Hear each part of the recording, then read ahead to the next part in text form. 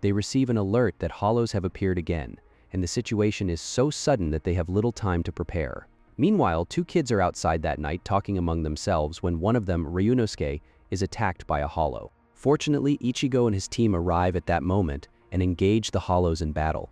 While they fight, Orihime heals both Ryunosuke and Shino, who is also injured. However, Ryunosuke's injuries are severe enough that he has to be carried back to their place.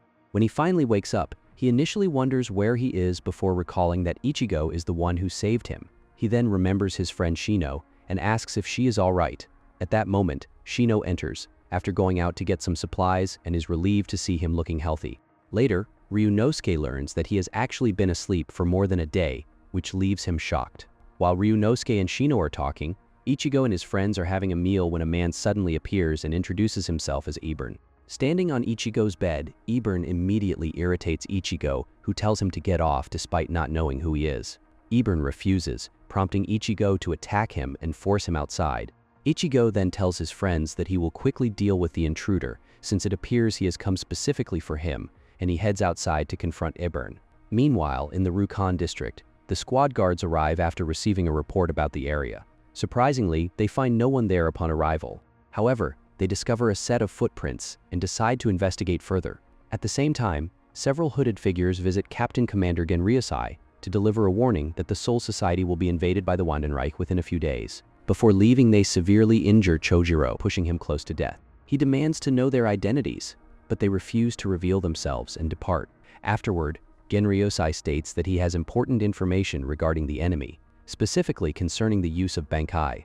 Elsewhere, Ibern continues his battle with Ichigo and unleashes a powerful ability that surprises Ichigo with its strength. In response, Ichigo releases his own Bankai.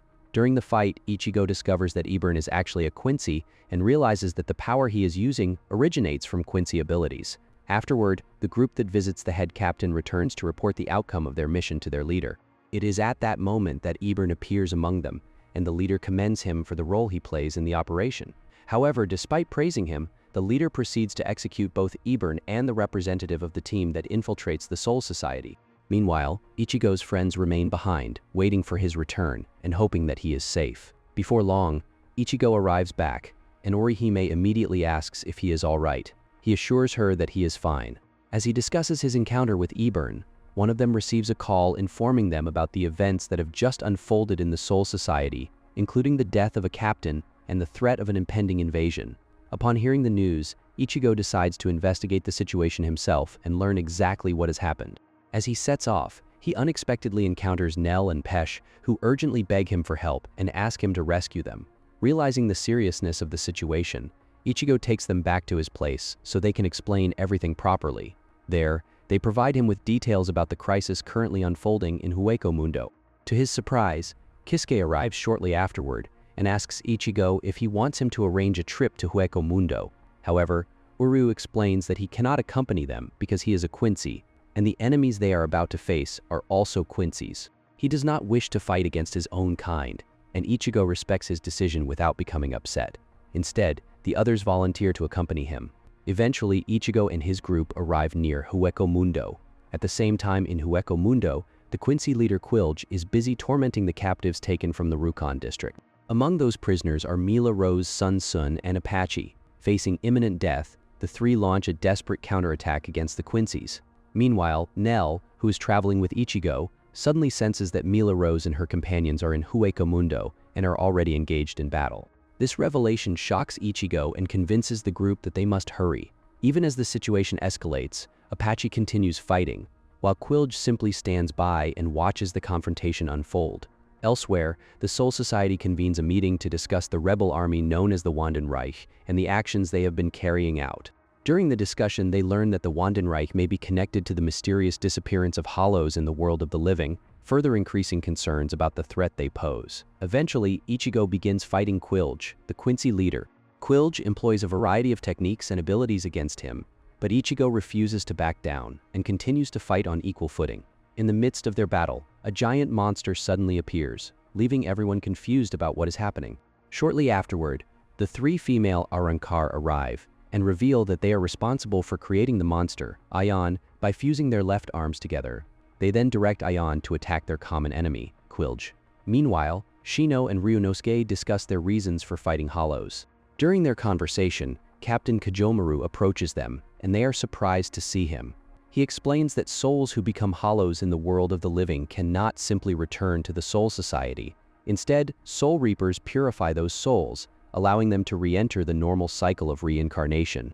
He further explains that Quincy's operate differently, as they completely destroy souls that have turned into hollows. As a result, those souls can no longer return to the Soul Society, disrupting the balance between the world of the living and the Soul Society. Because of this fundamental conflict, he tells them that a war has begun and that the Soul Reapers must fight to protect that balance. Meanwhile, Ichigo and his allies, including the 3 female Arankar, begin to struggle against Quilge. The Quincy concentrates a massive amount of reishi around them, placing everyone under immense pressure. All of the women are severely affected by the technique, and even Aeon, the powerful monster they rely on, is eventually brought down. Orihime finds herself unable to properly heal the wounded because the overwhelming concentration of reishi interferes with her abilities. As the battle continues, the situation becomes increasingly difficult for Ichigo's group. Back in the Soul Society, many believe they can remain calm since Squad 11 has already been dispatched beyond the gates to confront the enemy. However, the situation changes dramatically when a sudden Quincy attack is launched. The assault results in Kira being critically struck and another Soul Reaper being severely injured. Realizing the gravity of the situation, the Soul Reapers immediately prepare for battle and unleash their powers simultaneously to counter the invading forces. At the same time, it becomes clear that the Quincy's have come with a single objective to eliminate the defenders of the Soul Society. The battle continues to rage throughout the Soul Society, with every squad barracks becoming a battlefield filled with Quincy invaders, Soul Reapers, captains, and lieutenants. As the fighting intensifies, Renji begins to notice a troubling pattern. Their swords are unable to pierce the enemy's skin and instead bounce off harmlessly. The Quincy's prove to be incredibly powerful, causing the number of casualties and injured Soul Reapers to rise dramatically. At one point, Renji comes dangerously close to being killed and survives only because of Captain Kuchiki's intervention. Although he continues fighting, none of his attacks seem effective, leaving him with little choice but to focus on evading enemy strikes. Similar situations unfold across other divisions, making even the captains appear powerless against the invaders. As the battle worsens, Captain Kuchiki decides to release his Bankai in an attempt to turn the tide. However, he quickly realizes that something is wrong when he is unable to properly use it. It soon becomes apparent that the Quincy's possess the ability to steal Bankai. At the same time, Captain Hitsugaya experiences the same problem, as do several other captains. Recognizing the danger, they immediately send Komamura to warn the remaining captains not to activate their Bankai. With their greatest weapons now rendered useless, the Soul Reapers find themselves at a severe disadvantage and begin losing hope. Believing that Ichigo may be their only chance of survival, one of the captains attempts to contact him for help. However, when the call connects, Kisuke answers instead. He informs them that Ichigo is currently engaged in a battle against the enemy leader and cannot leave until the fight is over. During the conversation, they manage to establish a visual connection and witness Ichigo's battle firsthand. To their surprise, they see the Quincy leader attempt to steal Ichigo's Bankai, only to fail. The failure visibly frustrates him. Eventually, Kisuke helps bring down the enemy leader by striking at the perfect moment, while Ichigo keeps him distracted. Afterward, Kisuke assures the Soul Society that Ichigo will head there immediately to assist them. As Ichigo begins his journey to the Soul Society, Kisuke starts analyzing all the information he has gathered about the Quincy's. He sends his findings to the Soul Society while also explaining his conclusions to Ichigo during the trip. Unfortunately, Kisuke mistakenly believes that Quilge has been defeated. In reality, the Quincy survives and launches a surprise attack, shooting Kisuke in the back with an arrow. Because of this attack, Kisuke is unable to continue guiding Ichigo's route. Taking advantage of the situation, Quilge traps Ichigo inside a dark prison-like cage, preventing him from reaching the Soul Society. His goal is to keep Ichigo imprisoned long enough for the Soul Society to be completely destroyed before its strongest defender can arrive to help. Ichigo remains trapped inside the dark prison, when the Soul Society's information center suddenly realizes that they can no longer properly detect his Reiatsu. Concerned by his disappearance, they begin investigating what might have happened to him. However, before they can make any progress, they come under attack from a giant monster. The sudden assault shocks everyone.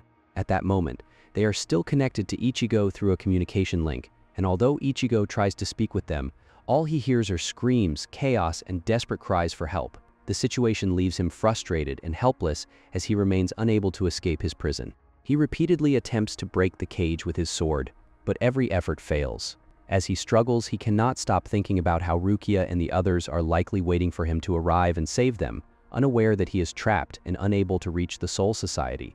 Meanwhile, the captains continue fighting with everything they have. Captain Kuchiki manages to hold his own and launches several attacks against his opponent. However, he fails to notice a female Quincy approaching from behind.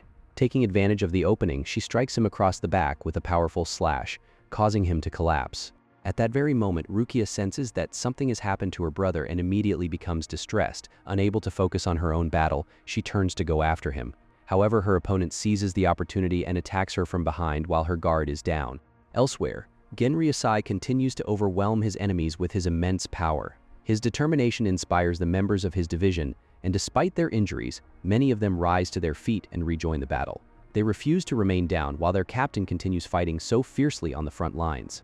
At the same time, the head captain's rage becomes so intense that everyone on the battlefield can feel it. Many of them have never witnessed him this angry before.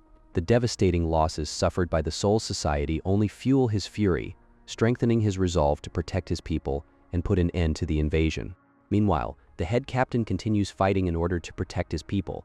During the battle, he comes face to face with an enemy he has known for a long time, Yhwach. The two immediately engage in a fierce confrontation, exchanging powerful attacks.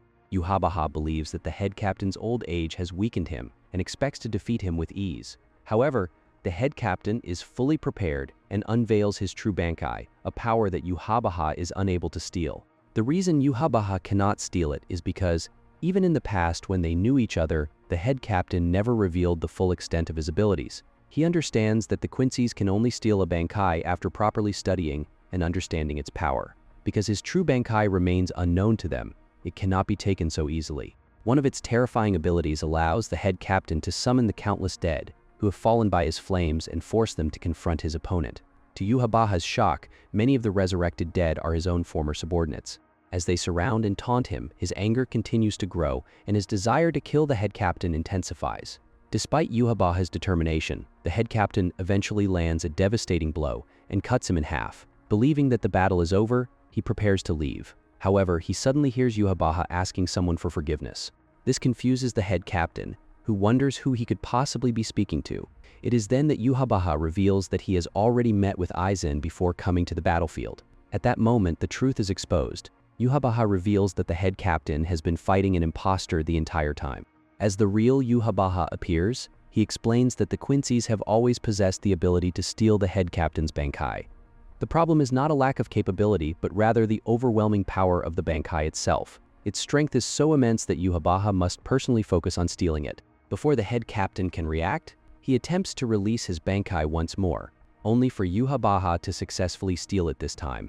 Even after losing his greatest weapon, the head captain refuses to surrender and continues fighting with his remaining strength. However, Yhwach now completely overwhelms him. The balance of the battle shifts decisively in the Quincy's favor, and after dominating the fight, Yhwach unleashes a final attack upon the head captain, delivering it as a farewell to his longtime adversary. The moment the head captain falls, everyone across the battlefield senses it, and the loss only fuels their anger further. The enemy's determination to eliminate him stems from the fact that, despite losing the use of his left arm, he refuses to allow a human like Orihime to heal him. Choosing pride and duty over recovery, he insists on bearing every burden himself. In the end, he dies while trying to shoulder the responsibility of protecting both the Soul Society and the world of the living. With the head captain defeated, even more Quincy forces pour into the Soul Society and begin overwhelming the remaining Soul Reapers. The defenders quickly find themselves outnumbered and casualties continue to rise. Despite being on the brink of death, Captain Kuchiki manages to contact Ichigo.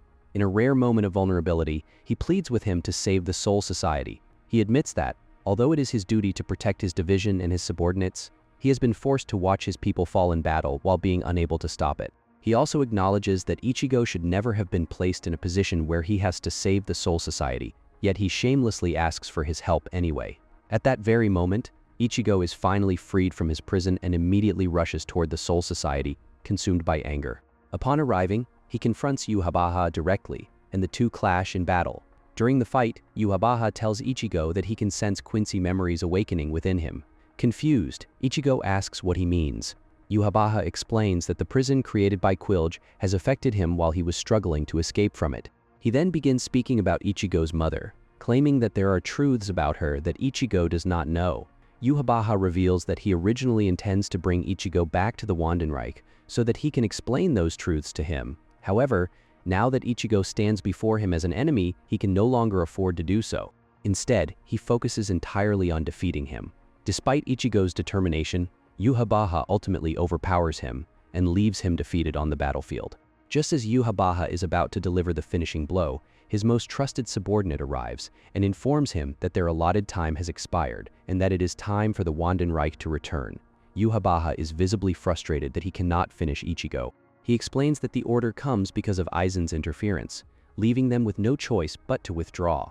As the Quincy's begin disappearing, Ichigo struggles back to his feet and declares that he will continue fighting. He refuses to let Yhwach leave after everything that has happened to the Soul Society. However, before he can act, Yhwach effortlessly cuts through Ichigo's sword right before his eyes and bids him farewell. Ichigo can only stand there in stunned silence, completely speechless as he watches the Quincy's depart after devastating the Soul Society. With the enemy successfully completing their mission, Ichigo is devastated that he is unable to save the Soul Society. The battlefield is left in ruins, and many of his friends and allies, including Rukia, are severely injured. Ichigo takes time to check on Rukia and make sure she is safe. Afterward, his attention is needed elsewhere, so he leaves. As he walks away, Rukia cannot help but wonder what is truly troubling him. Although she is told that his sword has been broken, she senses that this alone is not the source of the pain she sees on his face. She realizes that Ichigo is carrying a much heavier burden in his heart. Later, news of the head captain's death is officially shared with the others. At the same time, it is revealed that Captain Kuchiki and Kenpachi have suffered such severe injuries that their ability to continue serving as captains is uncertain. The loss of the head captain creates an even greater problem within the Soul Society.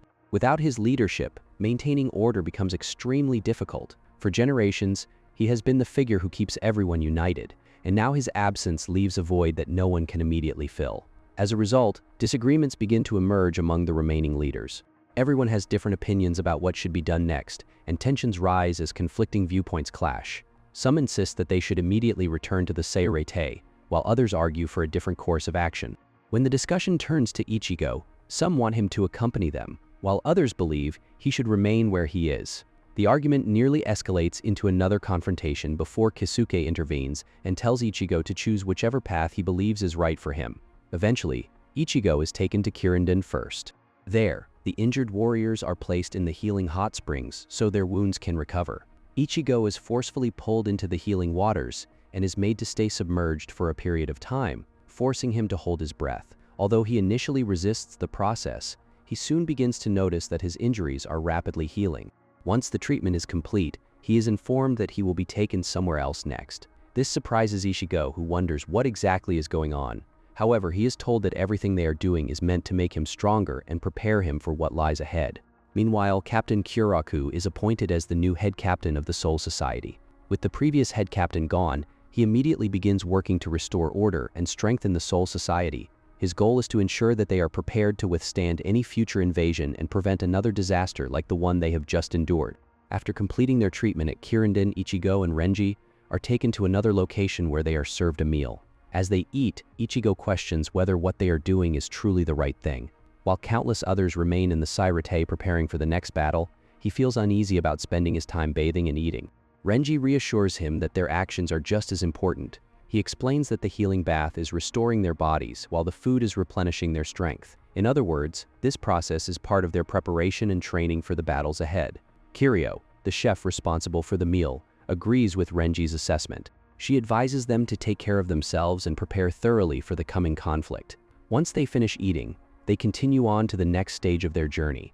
Elsewhere, deep within the lowest level of the central underground Great Prison, Kenpachi and Unohana stand face to face and challenge each other to a duel. The moment their battle begins, the intensity of their spiritual pressure is so overwhelming that even their subordinates can sense it from afar. Many of them become alarmed and panic, unsure of how such a confrontation could possibly be stopped. Although Kenpachi knows that Unohana is one of the most dangerous individuals in the Soul Society, and that her status as a captain is built upon the countless opponents she has defeated throughout her life, he remains confident in his ability to defeat her. However, as their battle progresses, reality proves otherwise. Despite Kenpachi's immense strength and determination, Unohana ultimately overwhelms him and defeats him. Shockingly, Kenpachi does not die after Unohana defeats him. Instead, he rises once again and resumes the battle. As they continue fighting, memories from his childhood begin to resurface. He recalls the time when he is still a young criminal wandering through the districts and killing countless people. He also remembers the day he first meets Unohana. Before they can even properly exchange blows, the young Kenpachi manages to stab her in the chest. Even Unohana admits that, at that time, she is the weaker one, despite being much older and more experienced than him. Kenpachi's natural talent and overwhelming strength surpass her own. However, Unohana now seeks to prove that she is no longer the same person she was back then, and that Kenpachi can no longer underestimate her. Determined to push him to his limits, she releases her Bankai and unleashes her full power.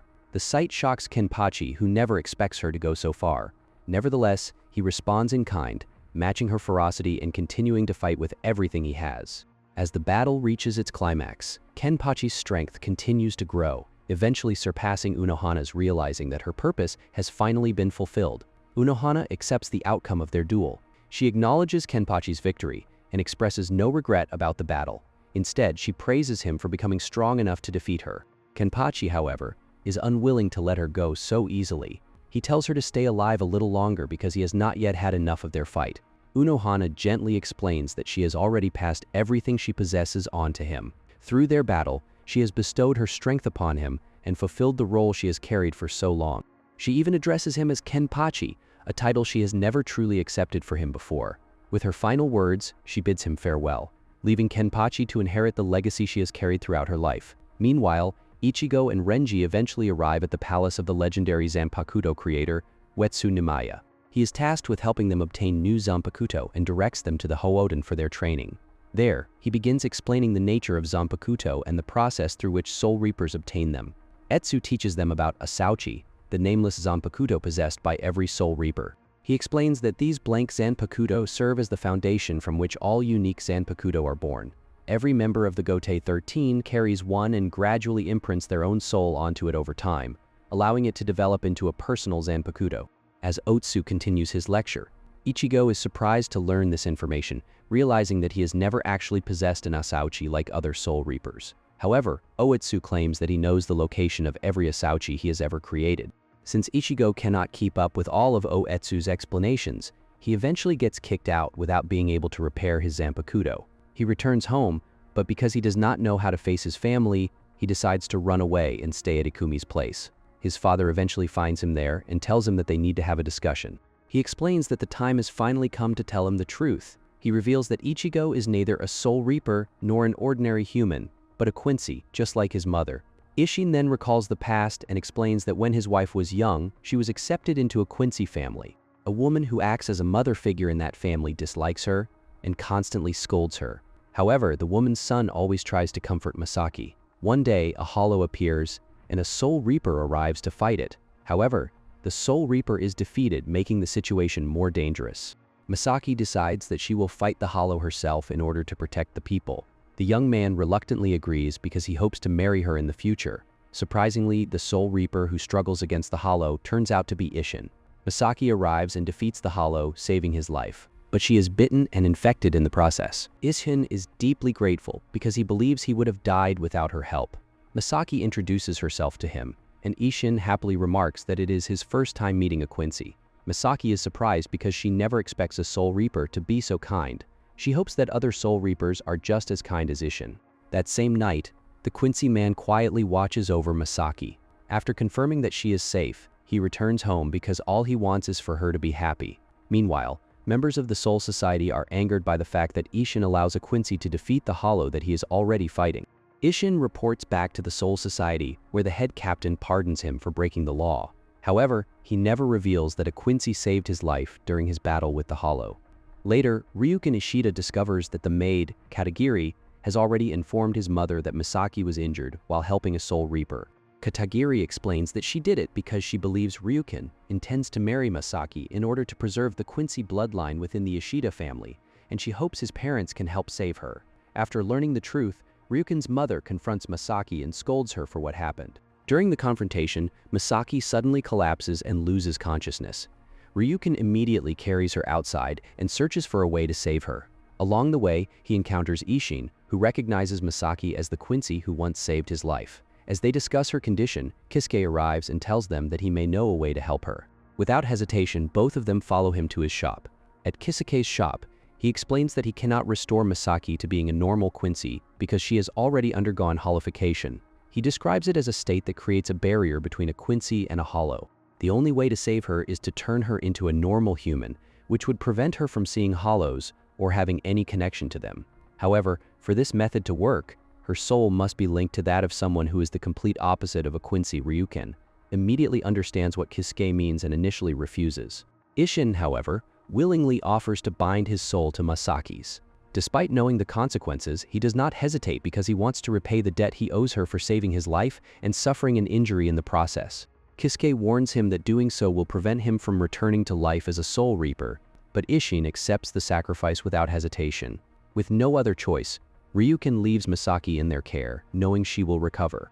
On his way home, he meets Katagiri and tells her to inform his mother that he will no longer be able to preserve the Quincy bloodline of the Ishida family. He also expresses his anger over what she did. This marks the beginning of Ishin and Misaki's life together, and eventually they become the parents of Ichigo. Back in the present, Ishin explains to Ichigo that the hollow released from within him proves that his spiritual pressure can no longer suppress his hollow powers. As a result, those powers emerge, allowing him to regain his strength. Ishin then reveals the truth behind Misaki's death 9 years earlier. He explains that Wak, the creator of the Quincy, decides to gather the powers of impure Quincies for himself. Since Misaki is considered an impure Quincy, Watch takes away her powers. Without those powers, she is left defenseless and ultimately dies. Hearing this, Ichigo remembers what Watch told him when they first met, and finally understands the meaning behind those words regarding his mother. After listening to his father's explanation, everything becomes clear to him. He thanks Ishin for telling him the truth and then takes his leave. Ichigo continues his Zanpakuto training and returns to Huden. This time, he is finally able to distinguish his true Zanpakuto and proceeds to the next stage of his training. His trainer takes him to a cliff where his Zanpakuto is meant to be forged, while the trainer's bodyguards work on helping him create it. During this process, a man appears before Ichigo, and the two begin to interact. At first, Ichigo believes the man is Zangetsu, but the man reveals that the name he once tried to tell Ichigo was Yhwach, and that he is actually the manifestation of Ichigo's Quincy powers rather than the true Zangetsu. He explains that he never wants Ichigo to become a Soul Reaper because he knows that path will constantly drag him into battles and suffering. For that reason, he has always suppressed Ichigo's powers. He also reveals that whenever Ichigo finds himself in danger, it is not truly him who saves him, but rather Ichigo's hollow powers. This revelation leaves Ichigo shocked. Yhwach continues by explaining that he always knows that if Ichigo chooses the path of a Soul Reaper, the day will eventually come when he will have no choice but to kill him with his own hands. The thought pains him deeply. After everything that has happened, Ichigo still chooses to walk the path of a Soul Reaper, enduring countless hardships and injuries along the way, and watching that struggle troubles him. However, over time, Yhwach realizes that instead of trying to keep Ichigo away from the Soul Reapers, his heart gradually begins to support Ichigo's decisions. Standing beside him now, he feels joy seeing how much stronger Ichigo has become. He has watched Ichigo grow throughout the years, and nothing makes him happier than witnessing that growth. After expressing these feelings, Yhwach begins to disappear. Ichigo tries to stop him because it seems there are still things he wants to ask him, but Yhwach vanishes before the conversation can continue. Before fading away completely, he stops suppressing Ichigo's true power and entrusts everything to him. Ichigo is at Ryokyu, inside the Division 0 headquarters, where the leader explains that the Soul Society has been severely damaged. He believes this is the result of 1,000 years of peace, which has caused the Soul Reapers to grow weak. He states that it is now Division 0's duty to train Ichigo because their enemies are certain to return in the future. Ichigo insists that he wants to go back to the Soul Society, but the leader questions whether he is eager to die, reminding him that he is still not strong enough to face Yhwach. Meanwhile, at the Silburn Cathedral, a large gathering of Quincy warriors assembles and salutes their emperor, Yhwach. Upon arriving, Yhwach reminds them that 1,000 years ago, the Quincy were brutally attacked by the Soul Reapers. Many of their people were lost, and their very existence was threatened. He explains that they survived by hiding within the Schattenbereich, enduring humiliation while waiting for 1,000 years for their chance to strike back. With the final battle approaching, Yhwach shocks everyone by naming Uryu as his successor. Later, Uryu meets privately with the emperor and takes part in a blood ritual. After drinking the emperor's blood, he is told that his Quincy powers will soon awaken even further as a result of the ritual. Meanwhile, in Hueco Mundo, Kisuke notices that Orihime and Chad have arrived at the Nagel ruins. With their arrival, their training is set to begin. Elsewhere, Ichigo stands in a sacred location carrying a wooden sword. The area is so important that no one may enter without the permission of the Ryo. The leader of Division 0 explains that this training is meant to determine whether Ichigo is worthy of surpassing the limits of an ordinary Soul Reaper. At the same time, Rukia is training alongside Renji when she receives news that Byakuya has fully recovered. Shortly afterward, a Division 0 member asks if they are ready to continue their training. Having become accustomed to their surroundings, both Rukia and Renji confidently accept. Elsewhere, Captain Kyoraku approaches Tatsuki, Asano, and Mizuhiro. He asks them to forget about Ichigo for the time being because he is concerned about the kind of power Ichigo may obtain through his training. Depending on the nature of that power, it could potentially affect the world of the living, although he believes the chances are low. Even so, he gives each of them a soul ticket, a special pass that allows entry into the Soul Society, so they can see Ichigo if the worst-case scenario ever occurs. Suddenly, a massive dark crimson dome begins to spread across the Seirete. Yhwach, Uryu, and Haschwalth arrive alongside their army of Quincy warriors. With their forces assembled, they announce the beginning of their final campaign and declare their intention to bring an end to the world within 9 days. At the Sacred Knight Guild Hall in Silburn, Haschwalth informs the Stern Ritter of Yhwach's orders. Their mission is to completely annihilate their enemies, especially the captains who have lost their Bankai. Yhwach specifically wants those captains to be defeated by the very Bankai that were stolen from them. Meanwhile, the Soul Reapers realize that they have effectively lost control of the Seirete. Elsewhere, Yhwach and Uryu are seen in the throne room, where Yhwach explains the history of the Quincy. He reveals that 1,000 years ago, after losing the war, the Quincy had nowhere left to go. To survive, they fled into the Seirete itself, hiding in the one place the Soul Reapers would least expect. Using reishi, they created a hidden realm within the shadows of the Seirete and established the invisible empire known as the Wandenreich. Elsewhere, Naklavar appears at the former Research and Development Institute, where the remaining members are gathered. At the same time, Haschwalth arrives in the captain's headquarters, where Kyoraku and Nanao are present. The two leaders calmly introduce themselves before their confrontation begins. Meanwhile, Kurotsuchi and Nemu appear wearing special golden protective suits. Kurotsuchi has also modified his laboratory to prevent the Quincy from reaching it through their shadow travel abilities.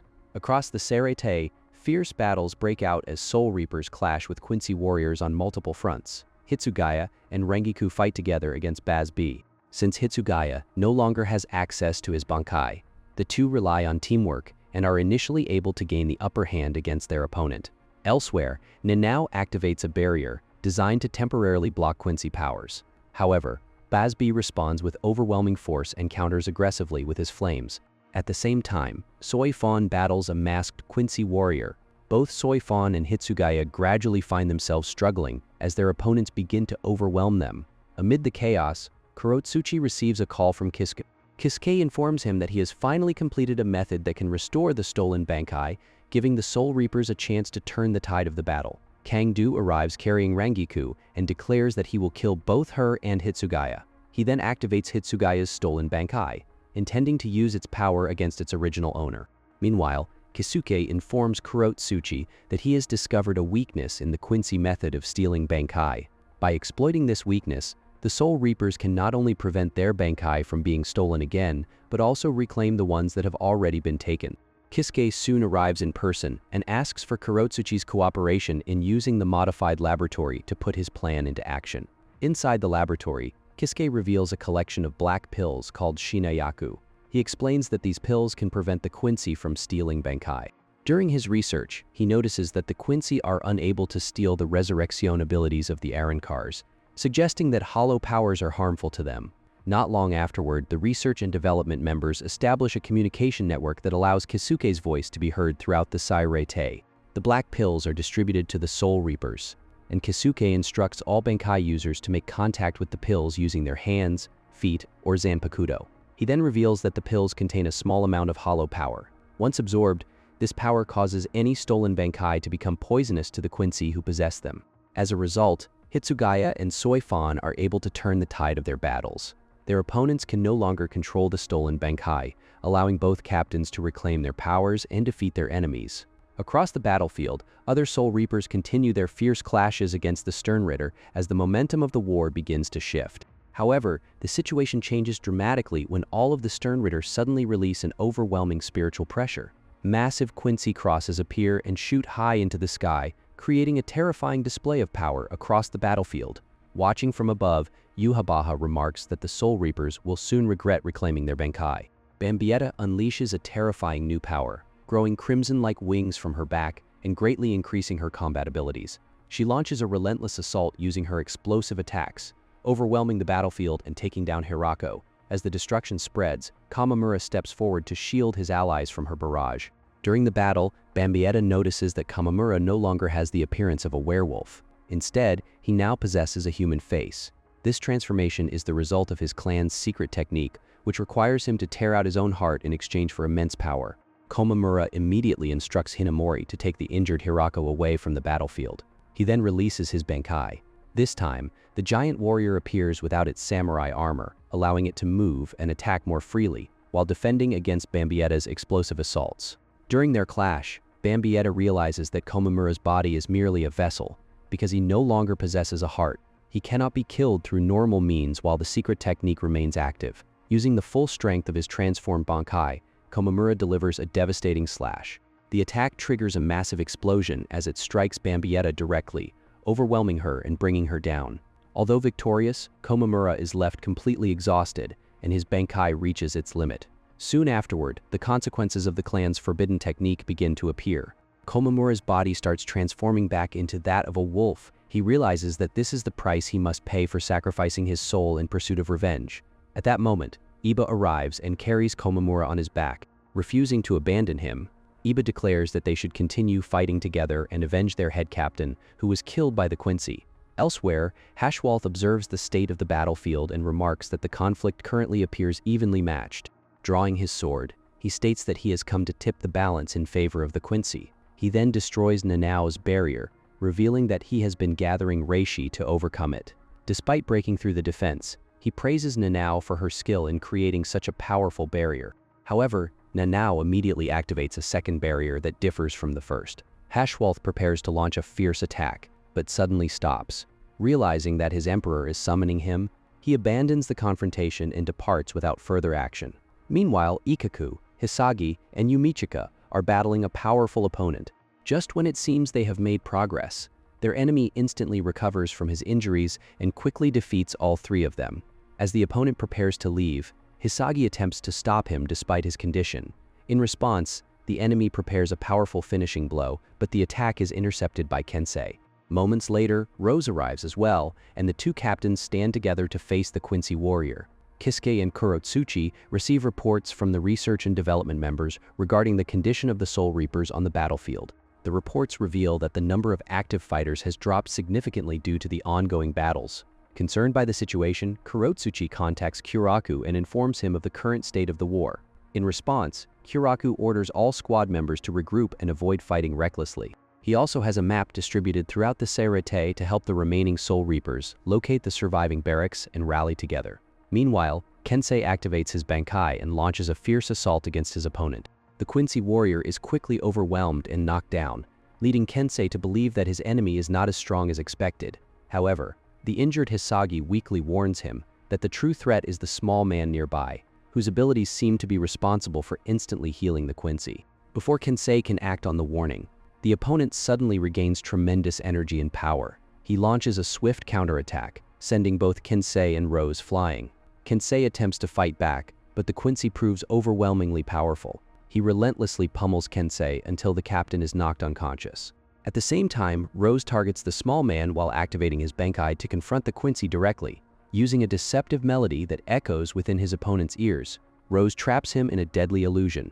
Once the Quincy realizes that the music is the source of the attack, he brutally ruptures his own eardrums to escape its effects. He then fires a powerful beam of light from the star-shaped mark on his head, piercing Rose through the chest and taking him down. As the Quincy prepares to fire another attack, the blast is suddenly deflected by Renji, who arrives alongside Rukia. Renji tells Rukia to focus on helping Kensei and Rose recover while he handles the enemy himself. Trusting in his strength, Rukia agrees and moves to aid the injured captains. Meanwhile, the small man, James, once again cheers for the Quincy warrior, instantly restoring his power. Renji responds by beheading James with a single slash before charging at his opponent. However, multiple copies of James suddenly appear and begin cheering once more. Their support causes the Quincy to grow even stronger and more muscular. He unleashes a relentless barrage of attacks against Renji and follows up with a massive crimson energy blast, shaped like a star, creating a huge explosion that engulfs the battlefield. Even James is caught within the blast, but the Quincy remains unconcerned, believing that as long as he survives, James will eventually return as well. When the smoke clears, Renji emerges unharmed, protected by his Bankai. However, his Bankai has undergone a remarkable transformation and now appears in its true and complete form. This new power is the result of the training he received from the leader of Division 0, the creator of the Zanpakuto, Shikai, and Bankai systems. With his true Bankai unleashed, Renji overwhelms the Quincy warrior with a series of devastating attacks. Unable to withstand the immense power, the opponent is ultimately defeated. Ichigo is on his way back to the Soul Society when the leader of Division 0 remarks that he has changed greatly during his training. According to him, Ichigo has become a true Soul Reaper who has surpassed the level of ordinary Soul Reapers. Confident in his newfound strength, Ichigo contacts Kisuke and tells him to hold out until he arrives. He assures him that once he reaches the battlefield, he will take care of the remaining enemies. Meanwhile, Hashwalth takes Uryu to the Quincy execution grounds. There, he executes Kang-do and another stern Ritter. To Uryu's shock, the souls of the fallen Quincy are absorbed back into Yhwach. Witnessing this process firsthand leaves Uryu disturbed. He realizes that he too has drunk the Emperor's blood and may not be able to escape the same fate in the future.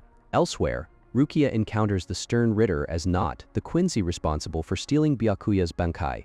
As Not attacks using his terrifying fear-based abilities, which normally affect any living target. However, Rukia reveals the true power of her Zanpakuto. She explains that its ability lowers her body temperature to below freezing, affecting both herself and anything she touches.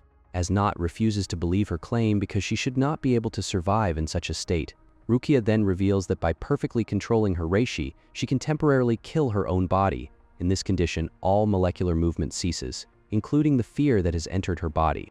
With the fear frozen and rendered ineffective, she launches a powerful ice attack that completely freezes As Not. However, As Not breaks free from the ice and unveils an even more horrifying form.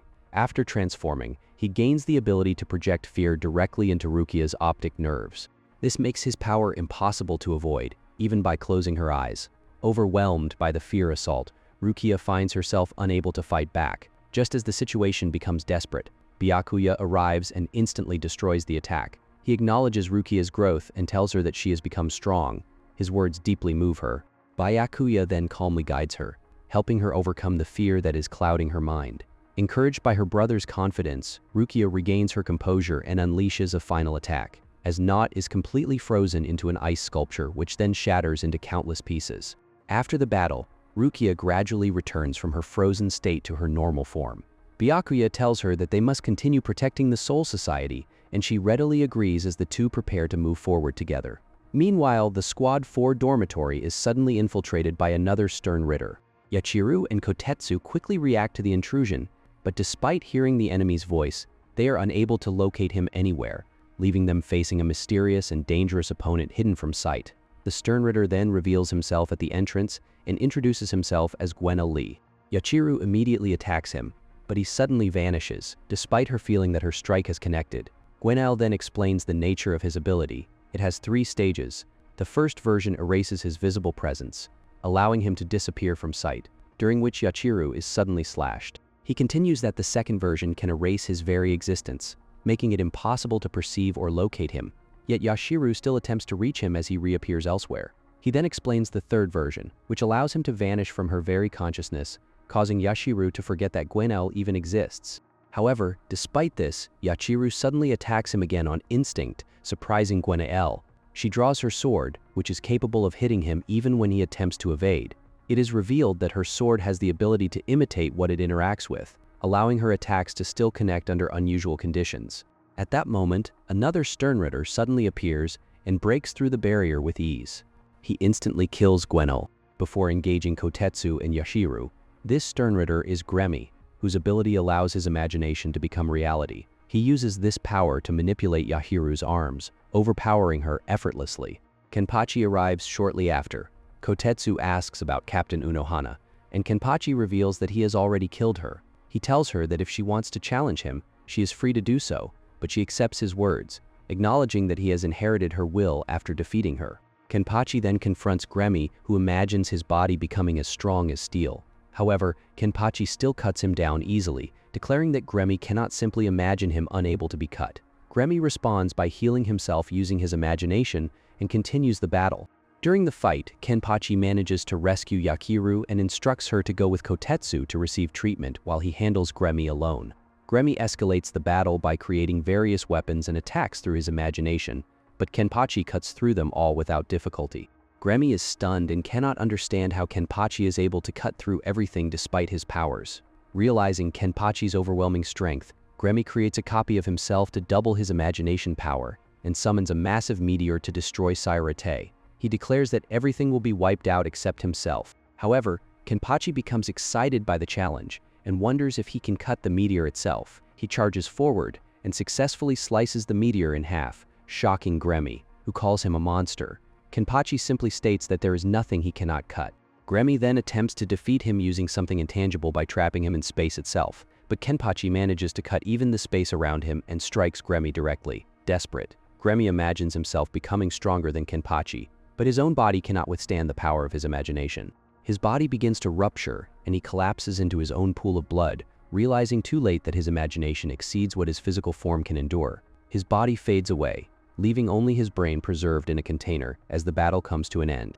After the battle, Kenpachi coughs up blood as his internal organs are severely damaged from the earlier explosion. Despite his injuries, he looks around and only finds Yachiru's clothing. Confused and alarmed, he wonders where she has gone and orders his subordinates to search for her. Before they can act, a stern Ritter ambushes Kenpachi, while 3 others simultaneously take down his remaining subordinates. Kenpachi retaliates and attacks them, but the stern Ritter evade his strikes and counter with powerful lightning-based attacks. The barrage leaves Kenpachi's body badly burned and unable to move properly. At that moment, Rukia prepares to rush to his aid, but Byakuya stops her, telling her to rest since she has not fully recovered from her previous battle. Suddenly, Rukia senses a massive spiritual pressure, and so do the other Soul Reapers. They immediately recognize that Ichigo is arriving. Ichigo pierces through the barrier dome and reaches the battlefield, immediately seeing Kenpachi's condition. Shocked, he asks how Kenpachi could have been defeated so badly, then calmly states that he is here to save him, something he never imagined he would say to Kenpachi. The 4 stern Ritter attempt to attack Ichigo, but he effortlessly defeats them. They are stunned by his power and begin questioning who he is. One of them identifies Ichigo as one of the most dangerous special war powers. They all launch ranged attacks at him, but Ichigo remains completely unharmed and defeats them without difficulty. Realizing his overwhelming strength, the stern Ritter decide to release their true forms and attack together. Even then, Ichigo counters their combined assault by striking their joints and neutralizing their movements with precision. At that moment, Baz B arrives and lasers the 4 stern Ritters, wanting to claim credit for taking down Ichigo. However, more stern Ritter, including the earlier 4, quickly gather around Ichigo, all demanding the right to be the one who kills him. Suddenly, a massive azure pillar of light shoots into the sky from the direction of Yhwach, Uryu, and Hashwalth. Yhwach remarks that thanks to Ichigo, the path to the Soul King's palace has now been opened. In the Research and Development Lab, Kurotsuchi analyzes the situation and explains that the reishi in Sairate is rapidly decreasing due to the hole created in the Soul Shield membrane. He further reveals that Ichigo's death-conquering garb is likely functioning as the king's key. Kyoraku realizes the true objective of the enemy. Their target is the Soul King's palace, and the gateway has now been opened. Meanwhile, deep underground in Muken, the sealed Aizen remains confined, silently observing everything. Back on the battlefield, Ichigo tries to move toward Yhwach, but the stern Ritter block his path. Renji appears and tells Ichigo to go ahead, saying he will handle the enemies and that Ichigo must deal with Yhwach himself. Around the battlefield, Byakuya, Rukia, Ikkaku, Hisagi, and Yumichika arrive and engage the stern Ritter to support the fight. Ichigo finally breaks through and reaches Yhwach's location, only to find Uryu standing in his way. Ichigo is shocked and calls out to him, asking why he is there. Uryu responds with a barrage of light arrows, forcing Chad and Orihime to step in and block the attack. Without hesitation, Yhwach, Uryu, and Hashwalth enter a portal of light and escape, leaving the battlefield behind. Ichigo calls out to Uryu again, demanding an answer, but Uryu does not respond as they vanish. Fierce shockwaves erupt after Weequack departs with Uryu and Hashwolf. Orihime quickly activates her barrier, shielding Ichigo and Chad from the aftermath of the blast. Nearby, Kiraku observes the situation and wonders what the Division 0 leader, Ichibei Hyosube, is truly thinking, questioning why Wak was allowed to enter the royal palace in the first place. Ichigo already understands that this war between Soul Reapers and Quincy's inevitably places him and Uryu on opposing sides. However, he still believes Uryu is their friend regardless of the situation. He resolves to pursue Uryu and confront him directly to understand why he has chosen the enemy's path. At that moment, Kisuke arrives and casually asks whether he should prepare a ticket for them to reach the royal palace. Meanwhile, the captains and lieutenants continue battling the Sternritter across the Sairetai. In the modified laboratory, Kisuke works alongside Ichigo's group and activates a constructed system designed to transport them to the royal palace.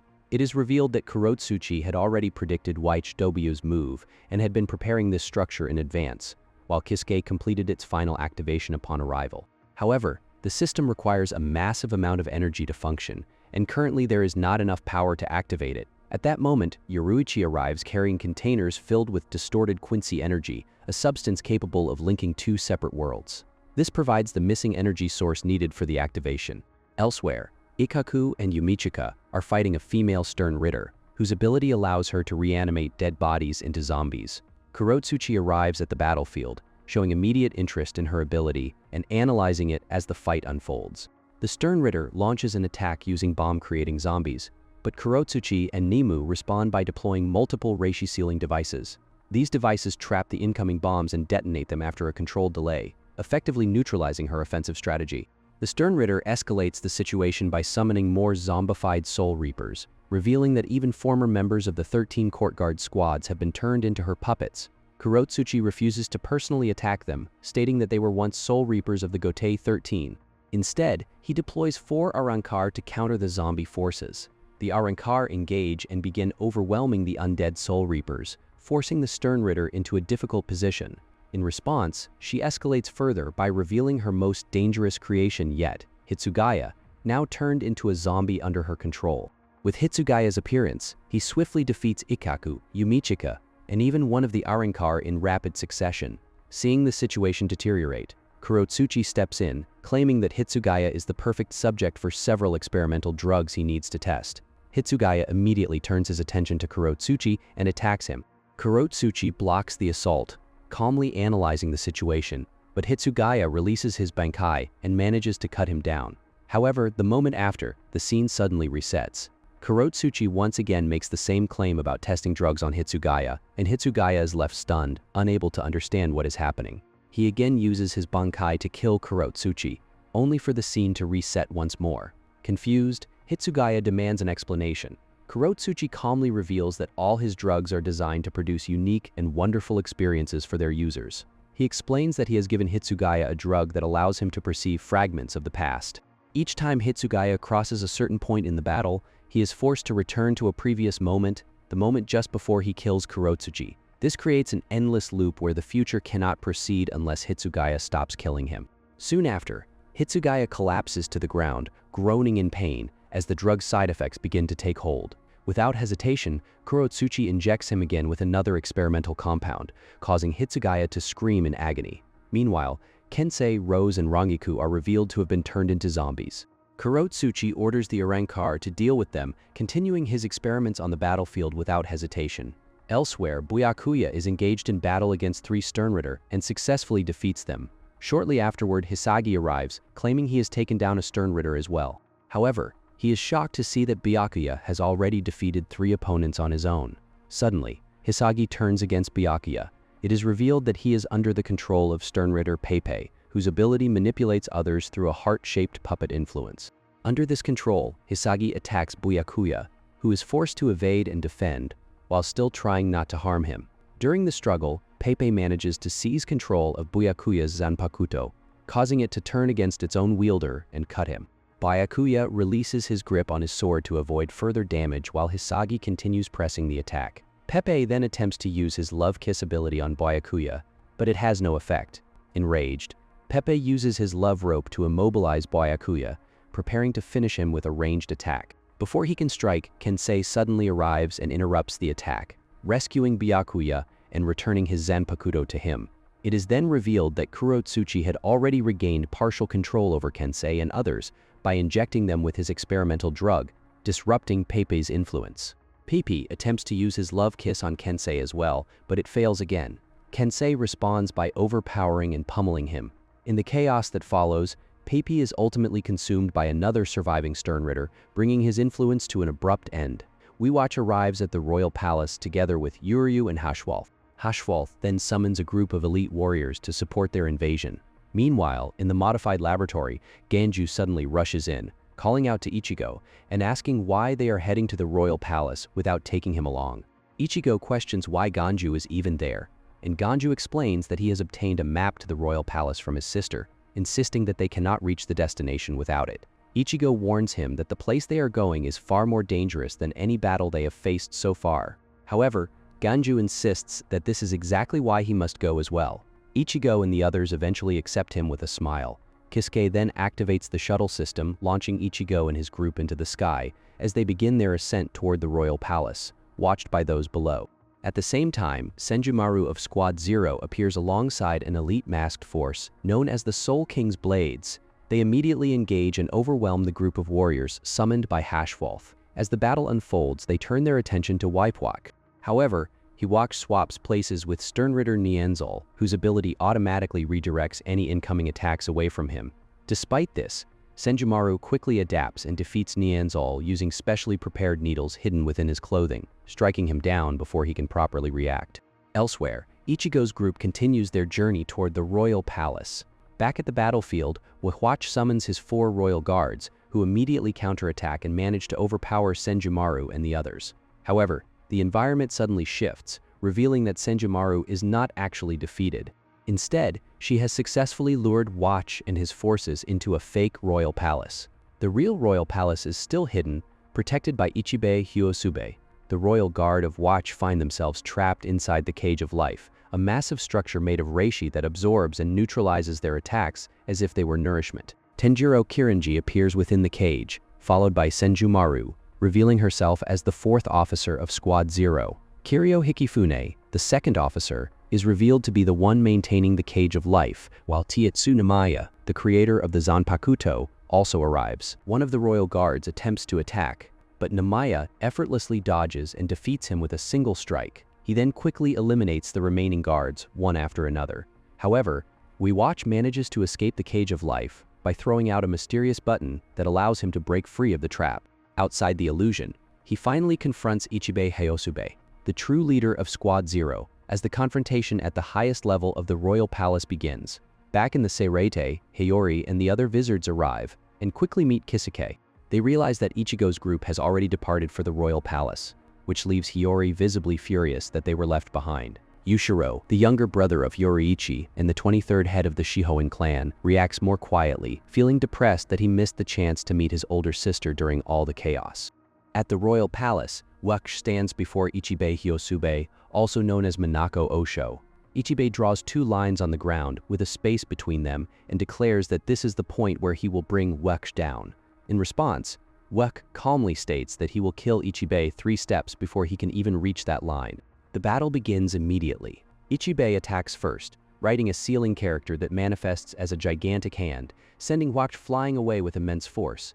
Wewak counters by firing an arrow at himself mid-flight to stabilize his position and resist being pushed back. Meanwhile, the 4 officers of Squad Zero engage Uryu and Haschwalth in intense combat. After a fierce exchange, both Uryu and Haschwalth are overwhelmed and defeated. However, Ichibei continues his battle with Wewatch, using his unique abilities to manipulate names and concepts. He successfully weakens Watch, even having his fighting power and gaining the upper hand. Just when it seems Squad Zero has the advantage, Watch activates a massive technique, forming a gigantic ring of reishi that erupts into towering pillars, descending into the Seirete below.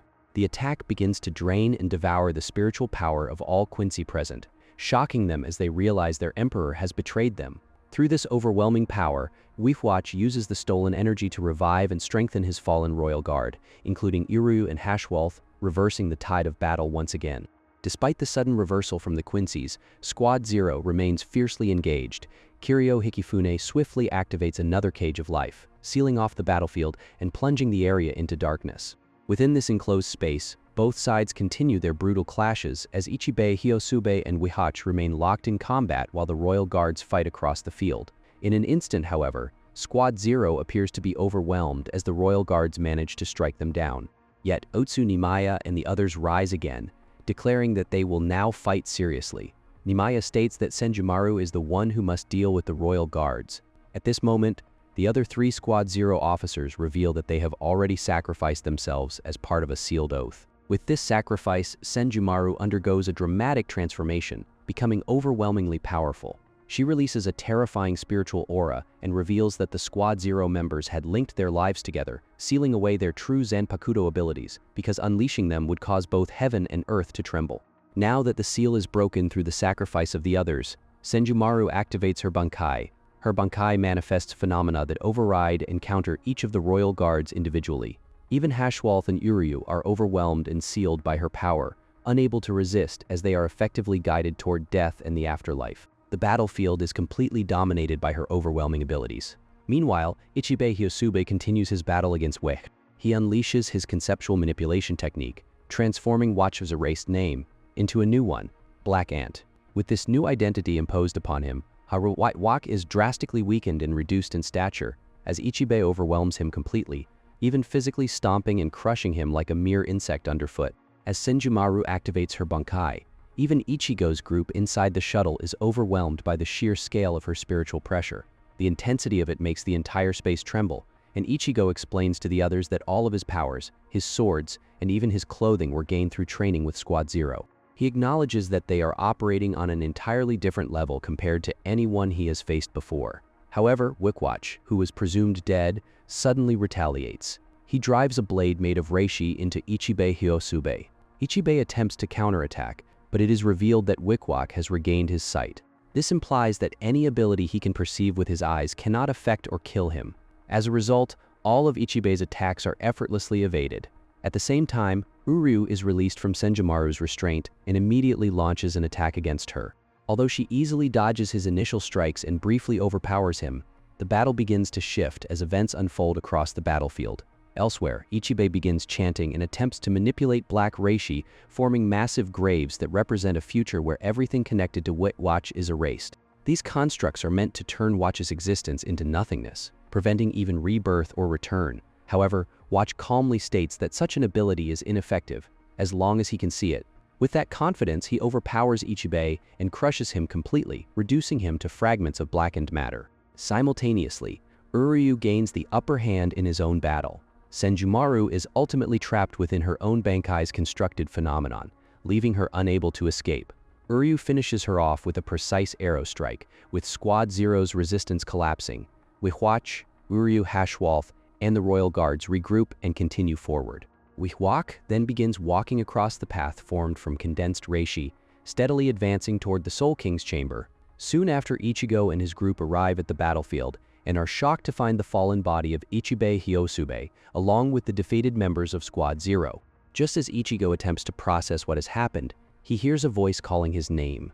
Ichigo responds by calling out Ichibe's true name, Ichibe Hyosube. Through this act, Ichibe's body is partially restored from a blackened state, as he regains a fragment of his existence by drawing on a small portion of Ichigo's spiritual power. Weak but conscious, he warns Ichigo that Wihachi must be stopped before he reaches the Soul King. He explains that the Soul King is the linchpin of all worlds, and if he is killed, the human world, Hueco Mundo, and the Soul Society will all collapse and cease to exist. Ichigo acknowledges the warning and immediately sets off with his group toward the Soul King's chamber. Meanwhile, deep within the royal palace, Wihachi finally reaches the Soul King and drives his blade into the crystallized being, beginning the final step of his plan. Everywhere begins to tremble as massive shockwaves ripple through the Soul Society, the world of the living, and Hueco Mundo. Entire realms react to the instability caused by the collapsing order of existence, leaving everyone in shock as the balance of the worlds begins to break down. Meanwhile, Ichigo and his group arrive at Wihachi's location. Ichigo immediately draws both of his Zanpakuto and engages Wihachi in combat. Their clash erupts with overwhelming speed and force, shaking the space around them. Orihime is stunned by Ichigo's growth, as he is now able to fight Wak on nearly equal terms and even begin to push him back. Wak, however, calmly remarks that Ichigo must have undergone training in the royal palace, likely even entering the Irazu under Squad Zero's guidance. He then reveals that he has not even been using his eyes during their fight. With this statement, Wak shifts the battle completely, unleashing attacks that Ichigo cannot properly react to. He begins predicting Ichigo's movements effortlessly, overwhelming him with precision strikes. Ichigo is brutally overpowered, shocking Orihime and the others. Elsewhere, the tremors continue to spread. Rukia and Renji decide to head toward Kisuke to understand the cause of the disturbance. Back at the battlefield, Watch declares his intention clearly. He will kill the Soul King and reshape the world according to his will. Ichigo struggles to his feet and attempts to continue the fight, determined to stop him. Meanwhile, Ichibe Hyosube, observing from afar with his brush in hand, calmly suggests that Ichigo may not be enough to defeat Wak, though he does not appear alarmed, as if still holding some hidden understanding of the situation. At the Soul King's chamber, Ichigo's group witnesses the worst outcome. The Soul King has already been stabbed through by Yawak's blade. As Ichigo rushes forward to remove the sword, a sudden surge of Quincy power within him reacts. Under this influence, Ichigo briefly loses control and slashes the Soul King's crystal body in two. Wak then reveals the truth. In order to fully break the Soul King's seal, he needed someone who possesses the combined powers of a Quincy: human, Soul Reaper, Hollow, and Fullbringer. Ichigo is that existence. Wak states that he had already foreseen this outcome. Ichigo himself would become the instrument that completes the Soul King's destruction.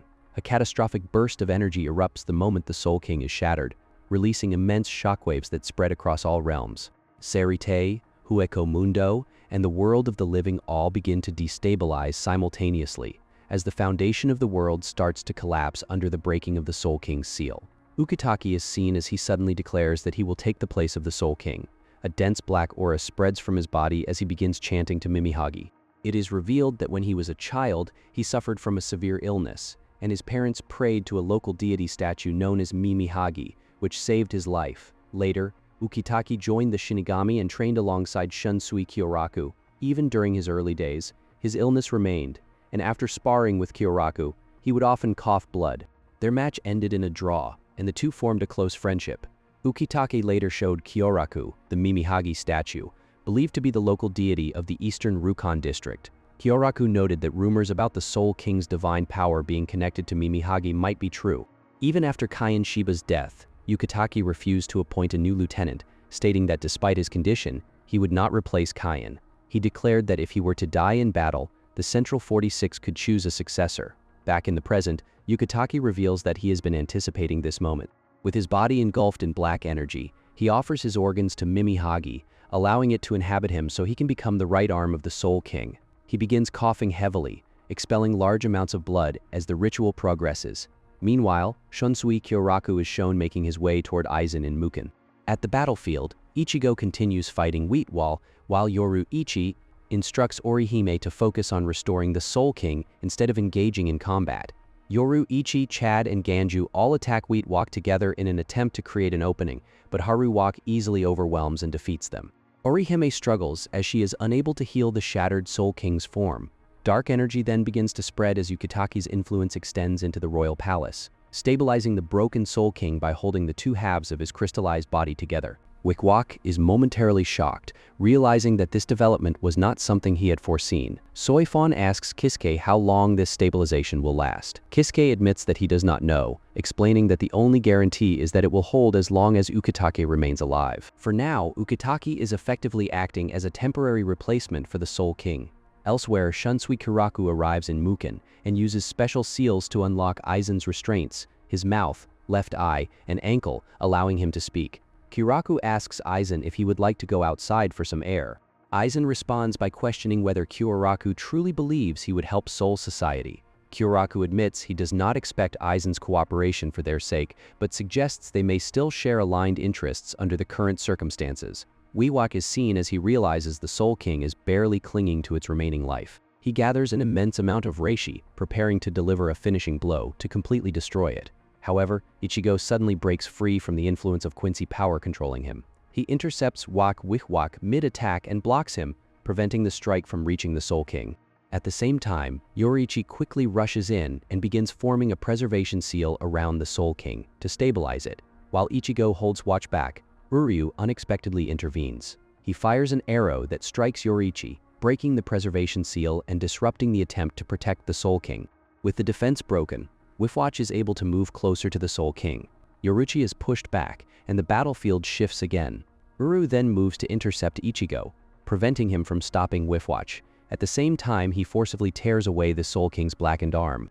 Ichigo confronts Uryu, asking if he understands that all three worlds will cease to exist if BLEACH succeeds in killing the Soul King.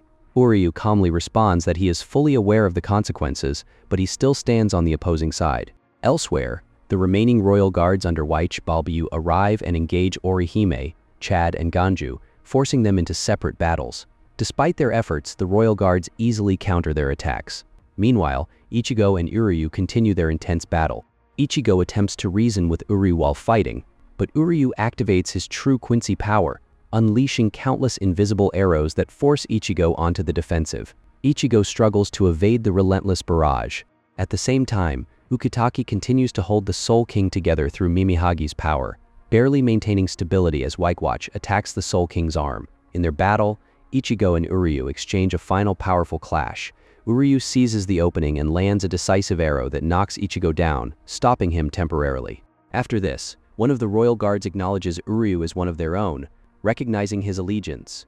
Uryu then shares a silent, meaningful look with Hashwalth. The lab suddenly triggers a red alert as every monitor detects an enormous surge of spiritual pressure approaching from above. A massive black substance covered in countless eyes descends upon the Sierra, invading the area and consuming everything in its path. Soul Reapers stationed nearby, including Ikkaku, Yumichika, and others, desperately attempt to hold it back while protecting the research facility. Amid the chaos, Aizen suddenly appears. He calmly remarks that it is pathetic for the Soul Reapers to try to stop such an entity with swords alone when it can simply be crushed through spiritual pressure. Rukia is shocked to see him. Aizen then congratulates her on becoming a lieutenant. Aizen reveals that his sentence has been lifted under Kiraku's orders, causing immediate outrage from Rukia and the others. Byakuya openly condemns the decision, calling it an insult to the Soul Society. Kiraku, however, states that honor alone will not save them, and that he is willing to use evil to fight evil if necessary. Aizen requests that Kiraku remove his remaining restraints and free him completely. Kiraku refuses bluntly. Aizen accepts this limitation and instead activates a high-level sealing barrier around the lab, drawing everyone inside to protect them from the external threat. Despite being restrained, Aizen attempts to project his spiritual pressure toward the royal palace. However, it is revealed that Kurotsuchi has modified his restraints so that his spiritual pressure cannot extend beyond his body. This prevents him from interfering directly at long range. Outside, the remaining Sternritter begin to gather. One of them attempts to attack Aizen, unwilling to allow any Soul Reaper interference with the royal palace. Kiraku instructs Kisuke to focus entirely on completing the gate to the royal palace, while the others handle the enemies. At that moment, Baz B intervenes and eliminates one of the hostile Sternritter who was targeting the Soul Reapers. He then, along with other Quincy survivors, proposes a temporary ceasefire. They agree to cooperate with the Soul Reapers in order to reach the royal palace and kill Waichjo, who has abandoned and betrayed them. Kyoraku broadcasts an announcement across the Sairadai, ordering all Soul Reapers to regroup at the Research and Development Department. Units across the battlefield begin converging as reinforcements arrive, standing before the assembled forces, including Soul Reapers, Vizards, and the abandoned Quincies. Kyoraku delivers a unified declaration. He explains that despite their differences, their objective is now the same: to construct the gate to the royal palace and stop Whitewatch, who threatens the destruction of all three worlds. All present forces except the Alliance. Meanwhile, Ichigo regains consciousness and is healed by Orihime, who is visibly exhausted from continuously treating the wounded. Yoruichi declares that it is time for a counterattack. Ichigo questions how they can return to the royal palace without being intercepted by the royal guards. Yoruichi answers that the issue has already been solved. A space distortion opens, revealing Grimmjow, who appears before Ichigo. Ichigo is stunned by his sudden arrival. Back in Sairatei, every participant is given an orb and instructed to pour their spiritual pressure into it. As they do so, the orbs begin to glow, and the gate to the royal palace gradually starts forming. However, the situation worsens when the monstrous black entities with countless eyes begin consuming Sairatei itself, The sight shocks everyone as entire structures and regions are swallowed. Meanwhile, Grimjow and Nell emerge from the spatial distortion. Nell, now in her adult form, happily greets Ichigo and expresses her determination to assist him this time. Shortly after, Riruka and Yukio also arrive. Yukio activates his spatial compartment ability, and the group moves into his controlled space. Yoruichi explains the strategy to Ichigo. Using Yukio's box, they can freely move to locations marked within the royal palace and launch a coordinated surprise attack against Weichwatch's forces. This gives them a direct infiltration route into enemy territory. Back in Seraite, the gate begins to destabilize as the massive drain of spiritual pressure causes it to weaken. Just as it starts to collapse, Kurotsuchi activates a spiritual pressure amplifier, restoring stability and allowing the gate to continue forming. Yoruichi instructs Ichigo to prepare his strongest attack in advance, ready to release it the moment they arrive. Ichigo tells Riruka to remain with Yukio and ensure they can be extracted if necessary. Once preparations are complete, Kisuke activates the gate. Ichigo's group and the assembled forces from Seraite are transported directly to the royal palace.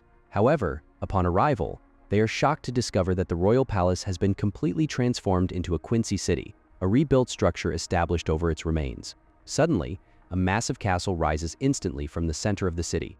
Kairaku realizes that this is not a defense, but an invitation from Yuach himself. Yuach confirms the arrival of Ichigo's group and the remaining Soul Reapers to his subordinates. Hashwalth declares that he and the others will personally handle the intruders. Kiraku's group is seen splitting from Basby's faction as both sides move toward the massive castle at the center of the Quincy city. Yoruichi senses a strong concentration of spiritual pressure ahead and relays the information to Ichigo's group, prompting them to advance in the same direction. Elsewhere, Kurotsuchi and Kenpachi's group arrive through a small constructed gate and immediately proceed toward the same objective, each faction moving independently but toward the same central point. Grimjow suddenly rushes ahead of Ichigo's group and breaks off from them. He encounters Naklavar and immediately launches a violent attack, destroying the surrounding area in the impact. However, Naklavar avoids the assault and retreats while Grimjow pursues him relentlessly. Ichigo and the others attempt to follow but lose track of both fighters, forcing the group to split up and search separately. Meanwhile, Kiraku's group is ambushed. Leal Baro takes aim with his rifle and fires precise shots, instantly targeting Hisagi and forcing the others into defensive formation. His attacks are so accurate that Kiraku orders everyone to scatter, to avoid being picked off one by one. At the same time, Renji confronts Uryu. The two clash fiercely, with Renji parrying Uryu's attacks and countering aggressively. Uryu declares that the Soul Reapers have no future now that Weiwatch has absorbed the Soul King. In response, Renji activates his Bankai and overwhelms Uryu with raw power. Forced into a corner, Uryu activates his true power and counters with a relentless assault. However, Renji sets a trap and restrains him, declaring that he needs 20 seconds to complete his technique, recalling his intense training under Squad Zero. He begins charging a devastating attack, its spiritual pressure so intense that Kenpachi and others nearby can feel its impact. At the same time, Grimjow is temporarily immobilized by Naklavar's poison-based attack. Just as the situation becomes critical, Ichigo arrives, rejoining the fight. Back in Renji's battle, Uri recovers by absorbing ambient reishi and launches a counterattack using 4 massive pillars that restrain Renji and begin extracting his spiritual pressure. Renji screams in pain as his energy is forcibly drained. Despite his struggle, Uryu finishes the exchange by shooting him, severely injuring him and turning the battle decisively in his favor. Meanwhile, Kenpachi and Kurotsuchi's group encounter Pernita. Kenpachi immediately launches a frontal assault, but his arm is instantly twisted by Pernita's nerve-manipulating ability. Despite this, Kenpachi manages to strike back and causes Pernita's head to burst apart. However, Pernita's form rapidly evolves, its head expanding further and intensifying the nerve distortion, which causes Kenpachi's arm to twist again. Realizing the danger, Kenpachi rips off his own arm before the deformation spreads further, preventing his entire body from being consumed and collapsing into a corrupted mass. Kurotsuchi quickly orders a retreat, warning that they must keep their distance from Pernita. However, Kenpachi ignores the warning and charges again. He attempts to slash Pernita's head, but the attack fails to cut through. In response, Pernita twists both of Kenpachi's legs, immobilizing him completely. Kurotsuchi rushes in and injects Kenpachi with anesthesia through his modified Zanpakuto, knocking him unconscious to prevent further self-destruction. He then analyzes Pernita's ability and determines that it controls opponents by invading and manipulating their nerves. Pernita continues its assault with massive tentacles. Kurotsuchi counters by spraying acid, forcing the appendages to recoil in pain. Suddenly, Pernita transforms into a gigantic arm with an eye in its palm. Kurotsuchi immediately deduces that it is likely the Soul King's left arm, as its spiritual signature matches what he previously sensed from Ukitake. Pernita continues its attack, extending its control even to inorganic matter, forcing Kurotsuchi to continuously evade and adapt. During the fight, he severs one of Pernita's fingers, intending to collect it as a sample. However, the severed finger transforms into a smaller autonomous arm and attacks his hand. Kurotsuchi rapidly reconfigures the nerves in his arm to neutralize the threat. Recognizing the need for a specialized countermeasure, Kurotsuchi activates his Bunkai, an experimental evolution based on real-time combat data. This modified Bunkai is designed specifically to counter nerve-based manipulation. Once activated, the Bunkai begins devouring Pernita's expanding arms, disrupting its control over surrounding structures. As the battle shifts in his favor, Kurotsuchi laughs with excitement. Meanwhile, Pernita's battle takes a sudden turn as Kurotsuchi's Bankai creature is violently destroyed from the inside out. The unstable spiritual pressure is felt across the battlefield, alarming nearby groups. However, Kisuke calmly states that Kurotsuchi will likely be fine, implying that this outcome is within his expectations. Elsewhere, Kyoraku's group continues to be pursued by Leal Baro, who keeps them under constant sniper fire. Baro takes aim at Kyoraku and fires a devastating shot that pierces through him, creating a massive hole in his chest. Despite this, Kyoraku remains composed. Suddenly, Baro senses movement and reacts instantly. Kyoraku appears behind him and cuts through Baro's weapon, commenting that Baro's reaction speed is impressive. He warns that next time, Baro will lose his life. Nanao then appears beside Kyoraku, surprising him with her ability to keep up. Kyoraku acknowledges the danger of the situation and tells her to withdraw and inform the others to move ahead. Nanao initially hesitates but eventually agrees, stating she will return. Baro then reveals that he possesses data on all Zanpakuto abilities and understands Kyoraku's power as one that turns childhood games into reality. He recognizes that Kyoraku's Bankai is structured around layered rules rather than direct combat. Nanao relays Kyoraku's message to the others. Hirako immediately agrees to proceed without delay, remarking that if it were the former head captain, he would have made the same decision. He states that this is what it means to lead as a captain.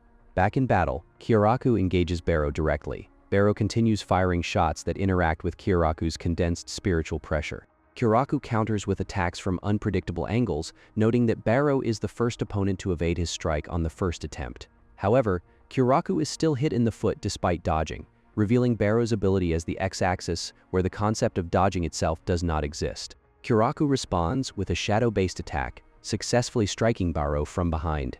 However, the attack does not finish him, as Baro reveals that his ability requires both eyes to remain open to avoid fatal damage. When this condition is met, he becomes nearly invincible.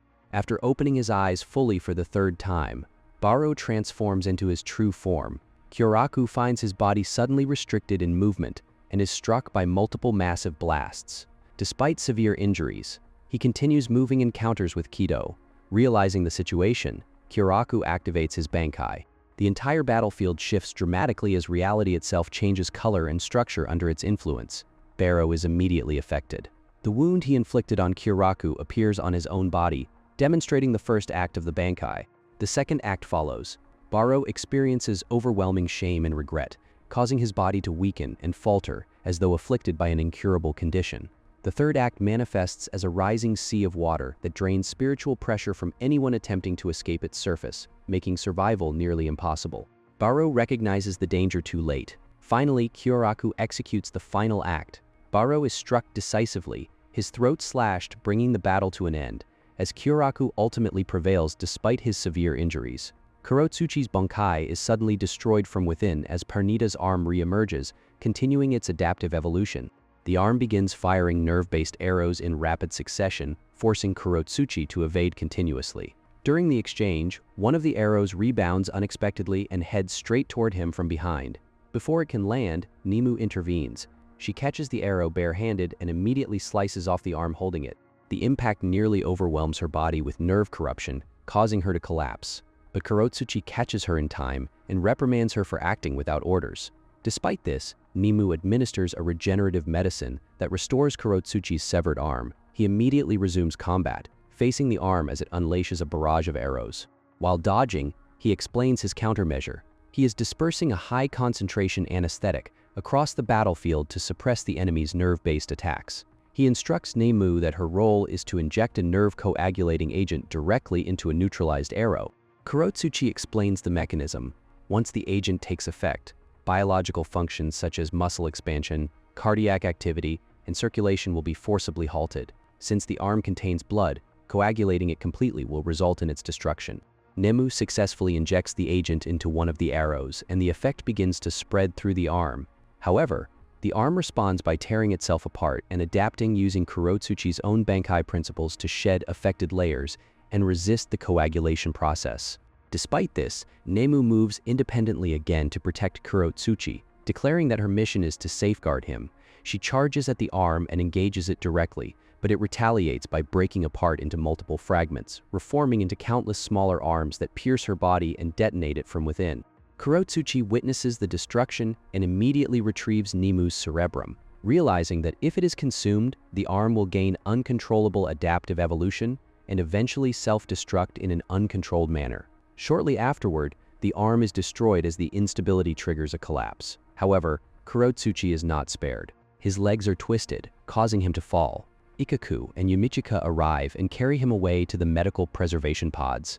Inside, Hitsugaya and Rangiku are already placed in stasis and have been revived through treatment. Hitsugaya thanks Kurotsuchi for saving him. Kenpachi is also placed in another pod. Ichigo and Yumichika express their gratitude for Kurotsuchi's efforts in saving their captain. With that, they depart as the pod seals shut, placing Kurotsuchi into medical preservation after the exhausting battle. Kyoraku suddenly recalls a moment from the past just before he is struck, and in the next instant he is pierced by Barrow's attack. It is revealed that Barrow was not actually killed earlier. Despite having his head cut off, he remains active and continues his assault. Kyoraku retreats and hides behind a damaged tower, narrowly avoiding another shot. His Zanpakuto spirit, Ohana, urges him to withdraw, warning that even his Bunkai is ineffective against Barrow. Exhaustion begins to take hold as Kyoraku struggles to stay conscious. At that moment, Nanao appears and wakes him.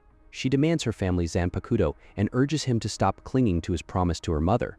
Before they can continue, Barrow appears and launches another attack. Kyoraku and Nanao barely escape by slipping into the shadowed environment. While hidden, Kyoraku realizes that Nanao already knew the truth about her mother and the sword's origin. He then reveals the full history. Nanao's mother came from the Ai's family, a matrilineal lineage of shrine priests who do not traditionally possess Zanpakuto. She married into Kyoraku's older brother's family, but after his death, she was returned to the Ai's clan. Before that, she entrusted Kyoraku with a sacred Zanpakuto intended for her unborn daughter, Nanao. The sword is revealed to be a ritual blade passed down through the Ai's family, designed not to cut living beings, but to sever divine constructs themselves. Nanao also recalls her time in the Soul Reaper Academy, where she first noticed Kyoraku's unusual presence and later joined his squad, unknowingly connecting the thread of her mother's legacy to him. Back in the present, Nanao steps out from the shadows and attacks Barrow directly. Barrow blocks, but the strike manages to cut him despite his defense. However, the experience overwhelms Nanao as she realizes how dangerous real combat is, and she begins to falter under fear and injury. Kyoraku then appears beside her, steadying her hand on the blade and assuring her support. Together, they face Barrow. Barrow responds by manifesting a massive trumpet-like weapon and unleashing a devastating sonic blast that levels the surrounding structures. However, the attack is redirected through the properties of Nanao's sacred Zanpakuto and reflected back at him. Barrow is struck by his own destructive force and is ultimately defeated, brought down by the very power he unleashed. Baz B confronts Hashwalth directly, questioning whether he truly did not realize they were being used by White. Hashwalth responds that he was not aware, but Baz B refuses to believe him. Declaring that he will kill both Weehawk and Hashwalth, Baz B immediately launches into a fierce battle against him. The conflict is tied to their past. As children, Baz B was stronger than Hashwalth. Years later, Baz B's clan was burned to the ground by Wachowek, a terrifying ruler who controlled the northern territories through unknown powers and was said to have existed for over 200 years as the progenitor of the Quincy. From that moment, Baz B and Hashwalth formed a shared resolve to take revenge. They survived by scavenging gold coins from the ruins of the destroyed castle and trained relentlessly to one day kill Weich. During this period, Weich began preparing a new military force, the Stern Ritter.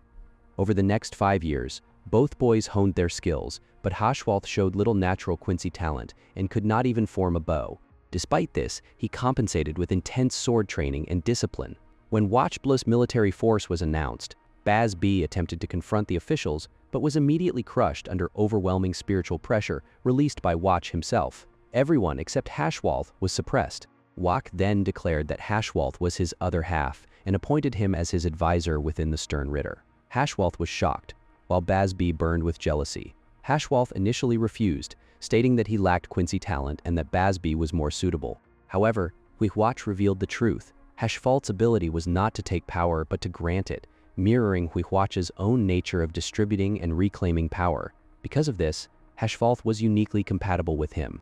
Huihuach further implied that Baz B's growth was indirectly shaped by Hashwalth's influence, causing his strength to evolve over time. Enraged, Baz B fired an arrow at Huihuach, but Hashwalth caught it, mirroring the same action he performs in the present confrontation. In a flashback, 3 years after Watch returned and formally recruited Hashwalth into the Stern Ritter, where he quickly rose to the position of commander, Baz B also had joined the Stern Ritter. Since then, he repeatedly challenged Hashwalth only to be rejected each time. Now, in the present, Hashwalth finally accepts the confrontation. With a single movement, he slashes off Baz B's arm. Baz B retaliates with his full power flames, but Hashwalth counters decisively, landing a severe strike across his chest. Baz B acknowledges defeat, realizing that despite everything, Hashwalth has surpassed him. Hashwalth stands before Uru and observes him closely, noting that Uru appears troubled. Uru responds that the feeling is mutual. Hashwalth then explains that since Huihuach has fallen into sleep, their powers have been redistributed, and he now possesses Watch's ability to see the future. Uru immediately questions whether Hashwalth has foreseen him becoming a traitor. Hashwalth calmly asks why Uru would phrase it that way, implying uncertainty rather than confirmation. Elsewhere, Hirako, Kisuke, and the others reach the massive castle stronghold, only to be intercepted by Gerald, one of Huihuach's royal guards. Renji also arrives, revealing that he survived his earlier encounter with Uryu, who had spared him. The Vizards quickly move to support Renji. Hirako asks whether Renji can handle Gerald alone, but Gerald declares that he wants to fight them all at once, blocking their path and inviting a group confrontation. Meanwhile, Naklevar explains Barrow's role as the leader of the Royal Guards, and the first Quincy granted a shrift by Watch. He further clarifies that Pernita and Gerald are special cases, Quincy who were not granted powers in the usual way, but instead had shriften assigned based on their pre-existing abilities. Rumors persist that Pernita is the Soul King's left arm, while Gerald is believed to be the Soul King's heart. At the same time, Ichigo has been immobilized by Naklevar's poison-based ability. Chad and Orihime, attempting to rescue him, are also caught in the toxic reishi effect. Nak's power is revealed to be the ability to designate reishi poisoning and control its lethal dosage. Yushiro arrives and unleashes a devastating lightning assault against him. Back at Gerald's battlefield, Hirako's group of captains and lieutenants overwhelm him with coordinated attacks. Gerald declares that he will create a miracle by defeating them all at once. However, Byakuya immediately decapitates him. Hirako warns that Gerald may still have a final ability capable of turning the tide, but Byakuya remains cautious and strikes his body again to ensure elimination. Yoriichi manages to rescue Orihime and instructs her to recover quickly so they can regroup and strike Watch before the world collapses. Tremors continue to shake all three worlds as Yukitake's body struggles to maintain stability. Orihime, Ichigo, and Chad are eventually healed and resume their advance. Yoriichi continues fighting Nak alongside Yushiro, who unleashes a rapid barrage of attacks that surprises Nak with his strength. However, Nak survives and retaliates by converting Yushiro's spiritual pressure into a lethal dosage, rendering him unable to use his powers and impaling him with arrows that shock Yoriichi. Meanwhile, Hashwalth draws his sword again and demands that Uryu prove he is not a traitor. Uryu narrowly evades the attack and attempts to de-escalate the situation, but is interrupted when he suddenly senses Ichigo's arrival nearby. Hashwalth tells Uryu that if he is not a traitor, he must prove it by killing Ichigo's group immediately. Uryu responds by stepping forward and engaging Ichigo directly, firing a barrage of arrows. Ichigo dodges and clashes with him mid-fight, demanding to know whether Uryu is truly willing to follow Hashwalth's orders. During the confrontation, it is revealed that Huihuach once used the lives of countless Quincy, including members of Uryu's own lineage, to heal the wounds inflicted upon him 1,000 years ago, and to further amplify his power. Uru had discovered this through his grandfather's diary, which warned that the time would come when he must stop Wick to protect those he loves. This is the reason Uru Aridu originally approached Wick and demonstrated his ability to evade the eyes that watch over everything, proving his worth. Elsewhere, Other stern Ritter forces infiltrate the throne room where Wak remains in a sleeping state, launching a coordinated assault against him. At the same time, Yoruichi continues her battle against Nock, while Gerald faces off against the Vizards in a brutal confrontation. Meanwhile, Yukio and Riruka arrive at the Shiba residence. In Seiritai, scattered creatures continue attacking Soul Reapers, and Kira is seen cutting one down during the chaos. Back in the central conflict, Yuryu produces a Sun Key and declares his intention to go to the human world, telling Ichigo to escape while he remains behind to confront Iwak alone. Ichigo becomes enraged and questions why Uryu refuses to fight alongside them. Uryu explains that he alone is capable of defeating Witch due to the inheritance of his mother's and grandfather's bloodline. Before the situation escalates further, Hashwalth arrives and reveals that he foresaw Uryu's intentions. He has already destroyed the Sun Gate, preventing Ichigo and the others from returning to the human world. Ichigo insists they should all fight together instead. At that moment, Uryu notices something crucial. Hashwalth possesses Wak's eyes, implying that Wax is currently not using the full extent of his predictive power. Uru then makes a decision. Ichigo should proceed toward Watch, while he remains behind to face Hashwalth. Ichigo agrees after a brief exchange and departs with Chad and Orihime. Elsewhere, Isshin and Ryukin arrive at the battlefield. Meanwhile, as the remaining abandoned Stern Ritter forces fall into disarray, overwhelmed by the influence of the sleeping Weekwatch's presence. Thanks for watching. Check out this next video, and remember to subscribe Annie Zap.